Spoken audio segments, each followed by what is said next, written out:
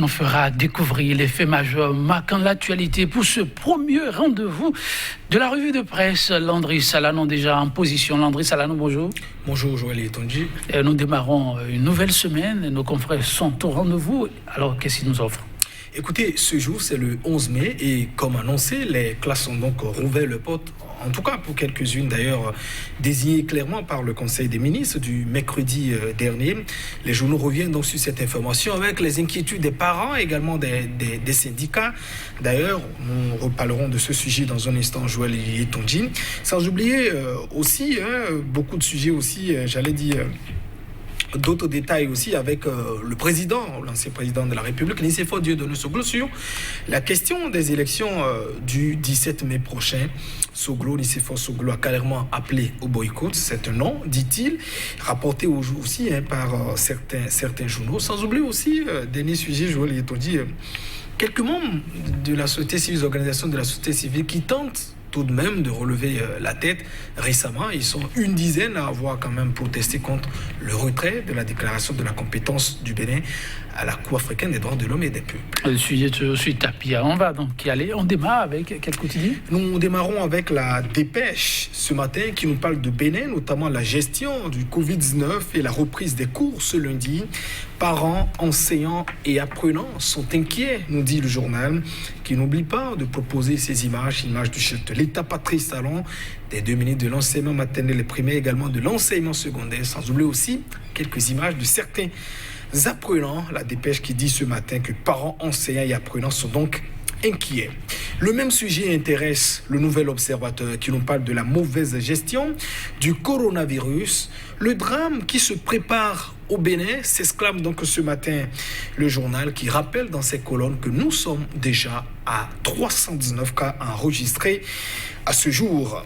Et pendant ce temps, Info Plus revient donc sur la rouverture des classes, des salles de classe à partir de ce jour. Info Plus qui dit « Et le jour redouté se leva » pour faire allusion évidemment à la reprise des cours décidée donc pour ce jour 11 mai de l'an 2020. Matin libre qui parle toujours du Covid-19. Covid-19, boom des cas positifs au Bénin. Désillusionné, nous dit le journal. Le gouvernement change de discours. Voilà donc le titre du quotidien. Matin libre qui parle aussi de ce retrait de la déclaration de compétence à la Cour africaine des droits de l'homme et des peuples. Après la Cour africaine et puis la CEDEAO, cap bientôt sur la CCJA. C'est donc une interrogation à la une du journal Matin libre en sa parution de ce jour. L'Afrique en marche s'intéresse à cette élection qui se tiendra le 17 mai prochain, les communales et puis les municipales. Soglo dit non et appelle au boycott. Voilà donc la manchette du journal aujourd'hui, le quotidien L'Afrique en marche, qui parle aussi de cette affaire de M. Éric Ronguet. Par rapport donc à la Cour africaine des droits de l'homme et des peuples, la rupture toujours à la barre à Arusha, précise donc le quotidien. Et Point Média, qui ne reste donc pas aussi en marge de cette actualité relative donc à la Cour africaine des droits de l'homme et des peuples, a fait Éric Ronguet nous dérouillons à la Cour africaine, dit le journal. Le Bénin à nouveau condamné, précise donc le quotidien, qui s'intéresse aussi à ce retrait du Bénin au protocole de la Cour africaine des droits de l'homme et des peuples. Cette organisation de la société civile dénonce une machination du gouvernement. Et puis contraint au chômage par une décision de la HAC, dit le journal, les ex-journalistes de Soleil FM rebondissent en créant Crystal News. Le journal, j'allais dire la radio en ligne qui commence d'ailleurs à émettre à partir de ce jour. Dynamisme Info s'intéresse donc à ces réactions après le retrait du Bénin du protocole de la Cour africaine des droits de l'homme et des peuples. La preuve que la société civile tient encore une partie de son âme, dit le journal, qui fait évidemment allusion, Joël Yetonji, à cette déclaration commune de certaines organisations de la société civile qui ont donc protesté contre le retrait de la déclaration de compétence du Bénin à la Cour. Et nous bouclons avec le quotidien Nassiara qui nous parle donc de réseaux de complices et de vol de gasoil dans une commune ici à Ouessé. La police républicaine dans le collimateur de l'ONG Bénin Diaspora Assistance. Voilà donc des dénonciations que fait en sa parution ce jour, le quotidien Sierra, sur lequel d'ailleurs nous refermons provisoirement la une des journaux journalistes. Merci à vous, Landry Salanon. Nous allons démarrer avec la dépêche. On commence par ça, manger. Oui, la dépêche qui nous parle de Bénin, notamment la gestion du Covid et reprise des cours ce lundi même. Parents, enseignants et apprenants sont donc inquiets, nous dit le journal. La décision est actée. D'ailleurs, constaté ce matin, les apprenants ont donc repris le chemin de l'école après quelques jours de repos, quelques jours de vacances. Mais il y a une interrogation tout de même, j'allais dire l'inquiétude qui se lit sur le visage des différents parents. Est-ce que nous sommes déjà à l'abri, disons, de Covid-19, même s'il est prévu que pour les apprenants de la maternelle, voilà, c'est donc une vacance déjà qui est décrétée. Et pour les classes intermédiaires, excepté les classes d'examen, notamment le CEP, le CM2, la classe de troisième également, de terminale, voilà, ils ont repris. Et puis les autres classes intermédiaires, ou pour le primaire, vous aurez donc la reprise en août prochain. Il y a l'inquiétude qui se lit tout de même sur le visage des parents, d'autant plus que c'est peut-être surprenant. Vous savez, les membres même du gouvernement, le conseil des ministres se réunit par visioconférence, ils évitent les contacts entre eux.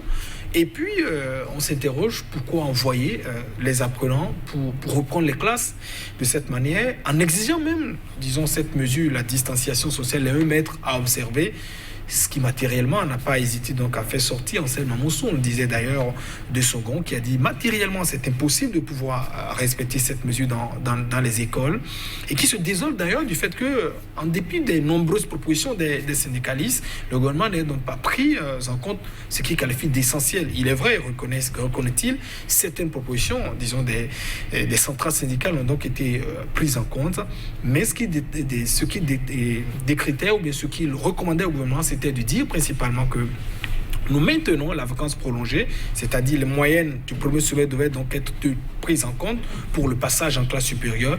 Donc on laisserait donc le temps nécessaire aux chefs d'établissement d'organiser la riposte contre le Covid-19, et que à la reprise de l'année prochaine, on puisse s'organiser pour observer les gestes barrières tels que la levée de masques, ainsi de suite. On rappelle aussi que déjà depuis 0 heure, le cordon officiellement a été donc levé, et que le gouvernement exige tout de même le port obligatoire de masques dans les écoles, partout d'ailleurs dans tout le Bénin, même si les bars, les restaurants, les lieux de culte restent toujours fermés. En tout cas, les parents d'élèves et les enseignants sont toujours inquiets. Je rappelle aussi ce boom qu'on a pu observer, parlant des cas qui sont détectés. On est à 319 cas actuellement, dénotés, j'allais dire, recueillis du fait du dépistage massif au niveau des enseignants qu'on est donc en train d'observer, ce qui fait dire à certains quotidiens que, au fait, nous étions en cachette, ou bien le Bénin n'était pas autant qu'à l'abri, disons, de ce virus qui sévit depuis le mois de décembre. Oui, Matin Libre qui revient sur ce sujet, mais d'une autre façon. Oui, désillusionné, le gouvernement change de discours, précise donc le journal, qui s'est intéressé quand même à la communication qui a été mise en place depuis le début de l'épidémie, notamment la gestion par le gouvernement. Souvenez-vous de de toutes ces épithètes dont on a fabulé le gouvernement. Patrice Talon à la hauteur de la gestion du Covid. L'exemple qui est cité, on avait eu ce témoignage donné par le président du Niger, le président qu'on recevait sur une chaîne étrangère, notamment qui a même félicité le président Patrice Talon par rapport, le fait de ne pas décréter le confinement, parce que évidemment le pays par rapport à l'activité économique ne répondait donc pas à un confinement strict. Et donc Matin Libre qui constate qu'avec le nombre de cas qui commence donc pas à aller de façon crescendo, le discours a changé également du côté du gouvernement, c'est-à-dire ce n'est plus le fait de lever, la situation est sous contrôle, le président gère totalement la situation, nous sommes à l'abri de tout, et qu'on commence, précise le journal dans ses colonnes, à avoir le ton beaucoup plus modéré dans la gestion du Covid, parce que le contrat c'est quoi? Le gouvernement suspend, lève les mesures, décide de lever les mesures, le cordon sanitaire. Et c'est à ce moment que nous observons qu'il y a un certain boom sur le terrain, c'est un contraste total. Alors même qu'il y a aussi les élections qui doivent pouvoir se tenir le 17 mai prochain, en dépit de tous les appels qu'on a eu à donner. Donc, je crois que le discours est pour le moment modéré, encore que On n'a pas fini les dépistages au niveau des enseignants, ça se poursuit. Et sans doute au cours des prochains jours, nous devons enregistrer assez de cas, même si nous avons pour le moment une cinquantaine qui sont décrétés guéris pour le moment. Oui, pendant que ça se joue comme ça, et le dossier, cette fois, la Cour africaine des droits de l'homme a une dizaine d'ONG qui veulent se donner une certaine virginité ou plus de crédibilité. Vous savez, on ne peut pas embastiller tout le monde à la fois. C'est quel quotidien déjà? C'est le quotidien, Dynamisme Info, voilà, qui nous en parle d'ailleurs, qui parle de la preuve que la société civile tient encore une partie de son âme, qui a rappelé tout de même une dizaine d'ONG qui ont donc, dont fait partie Al-Cré ONG, je rappelle au passage, qui ont quand même écrit et ont protesté contre le retrait de la déclaration de compétences du Bénin. Évidemment, vous savez, au-delà des personnes physiques, les ONG aussi ont beaucoup intérêt. Ceux qui luttent contre la corruption, inclus dans beaucoup de domaines, ont quand même protesté. Bon, la preuve qu'il y en a quand même, il y a quelques responsables encore qui tentent de tenir, en dépit de tout ce qui est mis en place, pour les détruire. Merci à vous, Landry Salanon, chers téléspectateurs, vous l'avez compris, ce sera tout pour le rendez-vous d'aujourd'hui. On se retrouve demain.